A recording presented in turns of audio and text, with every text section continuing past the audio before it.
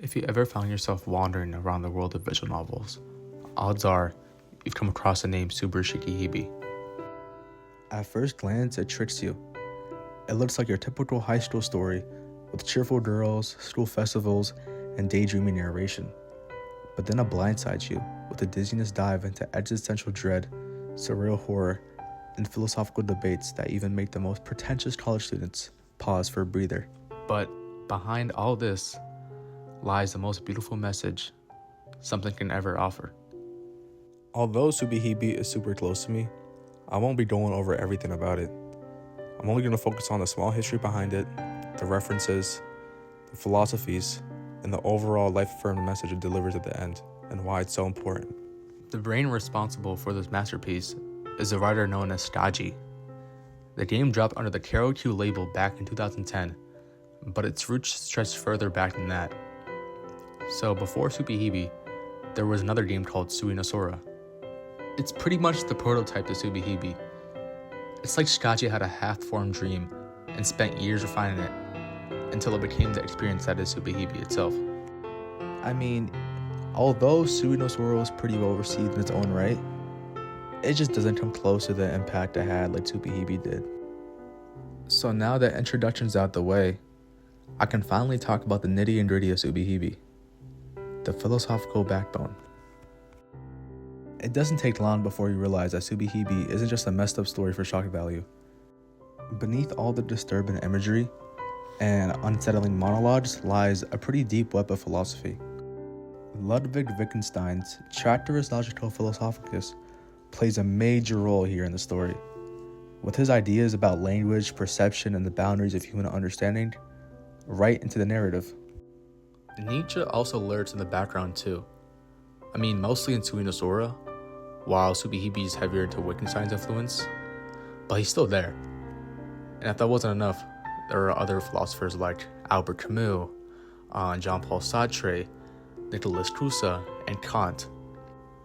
Philosophers aren't the only thing referenced in SubaHibi though. Classic literature like Cyrano de Bergerac and Alice in Wonderland are also referenced too. How about I start with the most important philosopher, Ludwig Wittgenstein, and how he impacts SubaHibi's narrative the most. Every character that you play as in SubaHibi has a unique perspective on the universe, and the reader's perception is the extent of the protagonist's limits of what they can know. This becomes clear when contrasting Chapter 3 to the other chapters. Mamiya Takagi, the main character, is so lost in his own world that everything we see in his point of view is so twisted, while every other character in SubaHibi all sees the world in a more mundane way. Although it's most obvious in Takagi's case, it applies to the other characters as well. One character, Yuki, believes she has a clear-cut objective perspective on the world, yet she falters when faced with unfamiliar situations. Although we can see the world more clearly from Zataro, another character's perspective, we are still unable to understand what is going on in Takagi's head because she is outside his perception. Another character, Tomo-sane, is unable to articulate his reality, yet he still sees it as it is.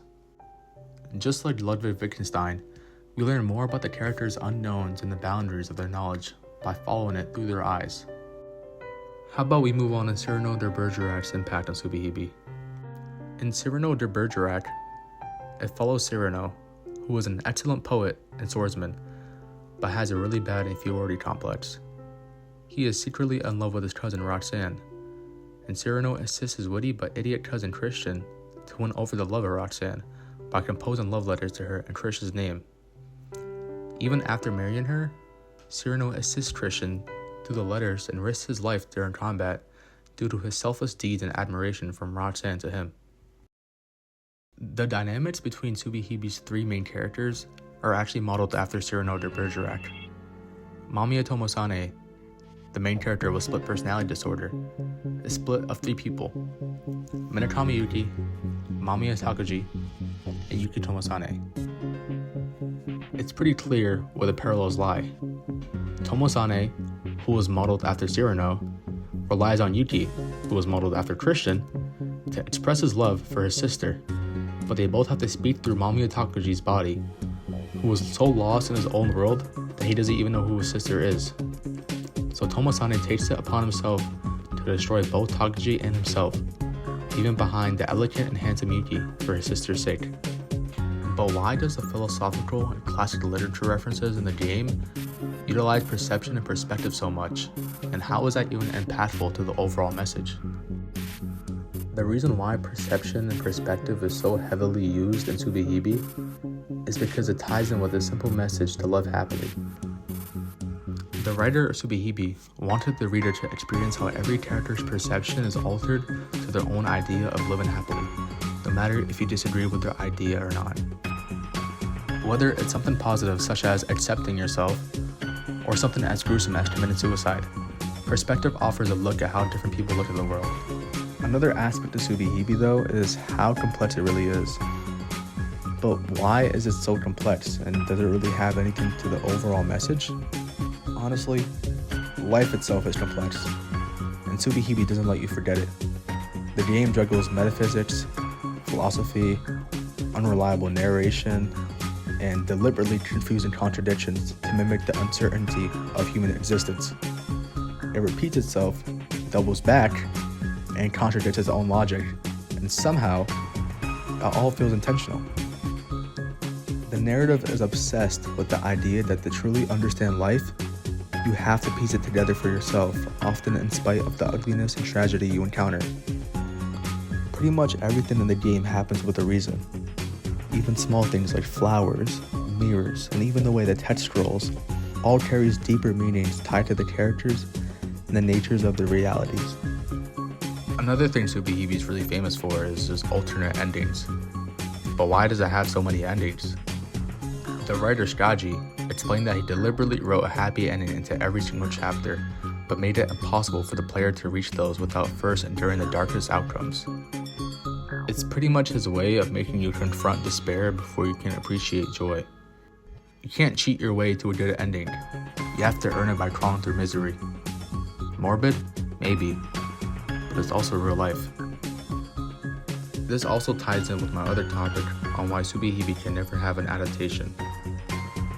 As much as someone like me would kill for anime or manga adaptation, it's pretty much impossible to adapt this thing properly.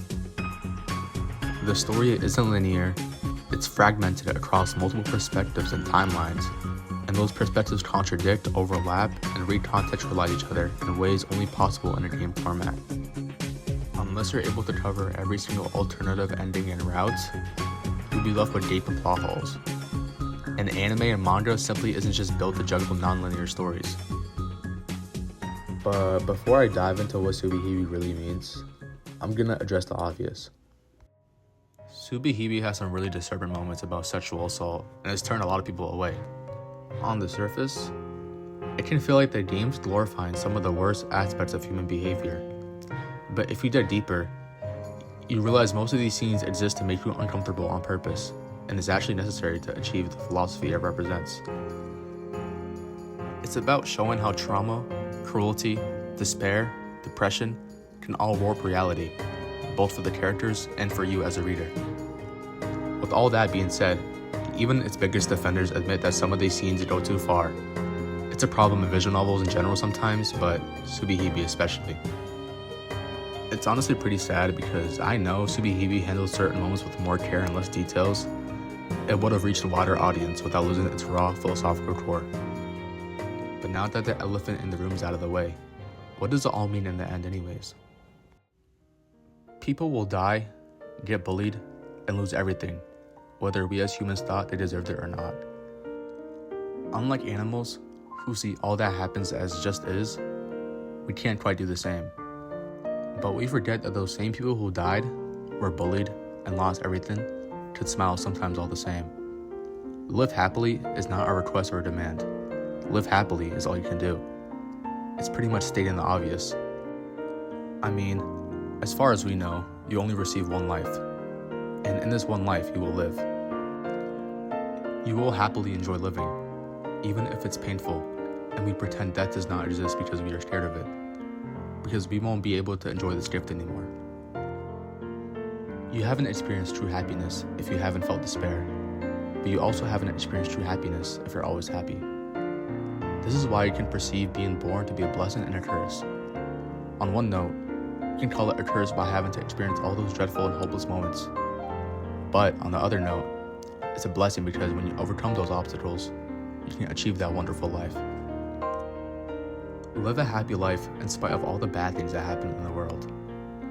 Treasure life's wonderful moments, even if life has its ups and downs. The bad times are largely unimportant as long as you're pleased in the end. Even though it's such an easy answer, which everyone already knows, arriving at that answer can be difficult beyond measure.